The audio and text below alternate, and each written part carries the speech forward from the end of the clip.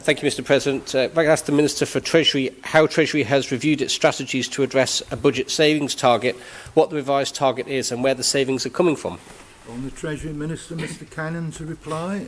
Mr. President, the Treasury has in each year since 2017 provided a 5-year financial plan which has included savings targets. The ultimate objective of this has been to allow government to reach a position where the budget structural deficit could be addressed and a sustainable financial position achieved. This strategy has included the suppression of expenditure through 2 methods. One, through savings initiatives, including the SAVE programme, and secondly, through caps on expenditure growth over the period. I refer, Mr. Speaker, to his previous question to this court in September of this year. In this answer, I set out how this strategy has generated an estimated recurring saving of £25 million through caps on inflationary budgetary rises, notably on salary costs, with all departments being challenged to find any excess spending cost pressures beyond these caps from within their existing budgets. All departments, boards and officers of government also have an ongoing remit and responsibility to review their service delivery and governance to improve and deliver value for money, and I would also refer the Honourable Member to the SAVE reports from June 2018 and June 2019. Our 5-year strategy has been clearly laid out in the Pink Book each year, and as members will be fully aware, the last Pink Book was approved by this Honourable Court in February this year. Clearly, Honourable Members, government's finances have changed since the publication of the Pink Book, as recognised by the publication in July this year of the Purple Book. The Treasury is in the middle of the process to prepare the budget for next year. This process will include considerations of the opportunities for cost controls, savings and efficiencies. Supplementary question, Mr. Speaker. Thank you. Could the Treasury Minister just refresh our memories about the total cost and the total amount of savings identified by the SAVE programme? And could he also advise what processes there are to ensure value for money other than just capping the amount of increase in the budgets for departments? What work is going on that he is aware of, either within Treasury or within other departments, to actually identify that work rather than just sort of cap the budget and hope for the best? Treasury Minister, to reply.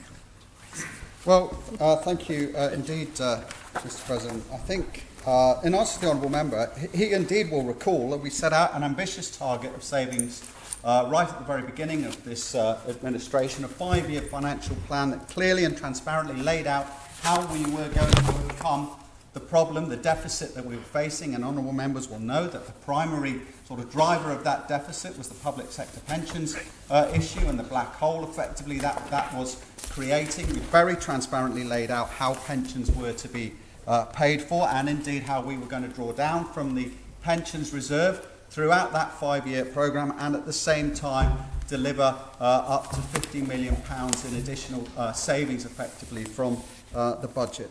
And so let me point out to the Honourable Member how successful in fact we have been. And he looks specifically at savings targets, but of course the Honourable Member will recognise, as will this Honourable Court, that in 2017-2018 we set out to achieve a budget surplus of £2.8 million and of course delivered a budget surplus of £23 million.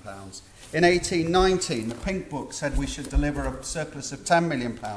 We delivered a surplus of £30 million, an actual surplus. In 1920, the Pink Book says £8 million. The final government accounts, of course, have to be published, but I can tell Honourable Members the surplus for last year will be well in excess of the £8 million that we have set out. And of course, Honourable Members will recognise that the situation has changed. But we have driven a strategic plan to address the deficit through a savings and cost efficiency programme, but have also sought to increase the revenues coming into government, increase the economy, reduce unemployment, increase benefits for our working families. And the Honourable Member will, of course, recognise that when driving savings, of course, and efficiencies, we also must invest in the right areas, which we have successfully done.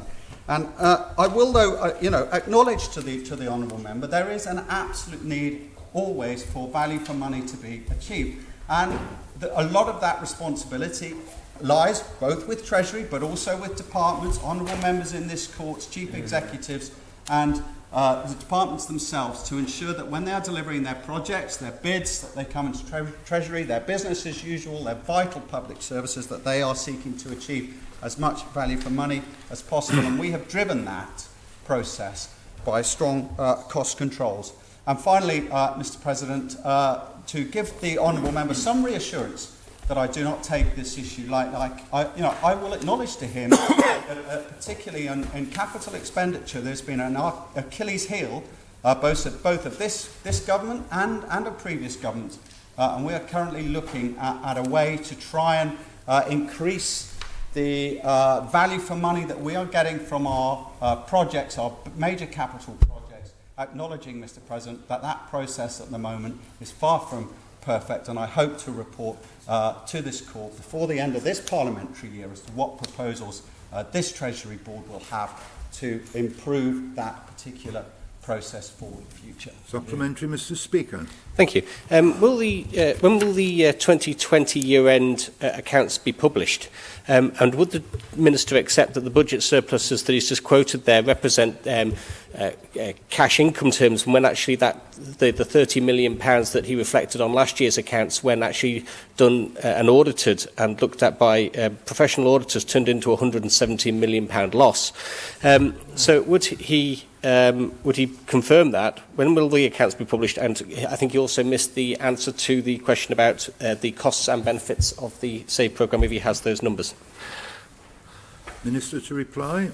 Well, I can't acknowledge that statement about the technical figures, and I look forward to the honourable member, I'm sure, producing the accountancy evidence that we had £170 million loss. We set out a clear and transparent financial plan, Mr. President, that did involve the use of reserves in an open, transparent way, but also involved significant cost controls, as I've already said, and an expenditure programme which has been tightly controlled and brought significant value for money when you look at it in terms of the infrastructure improvements that this government has made, and also the byproduct of that, the opportunities that have been presented to the private sector. And in terms of the SAVE programme, Mr. President, that has not been a perfect project, but it has delivered. It has delivered areas for improvement.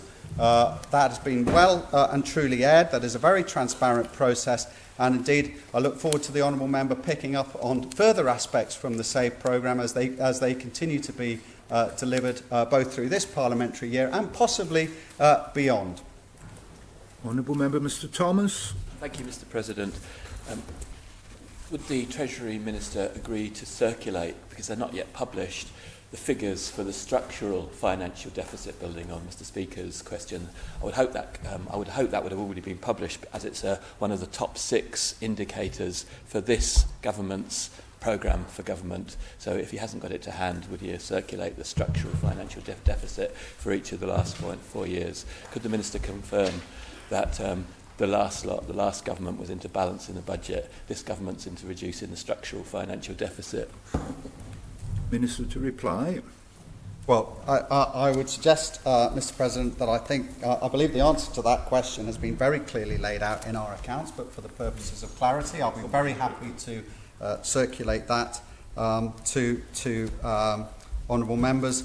And also, just to pick up on the final point, I believe that actually we've set out to primarily achieve both, and I believe that the financial plan, as it stood previously, an honourable member who asked that question will of course acknowledge that there will clearly have to be now a new financial plan emerging from the back of the pandemic.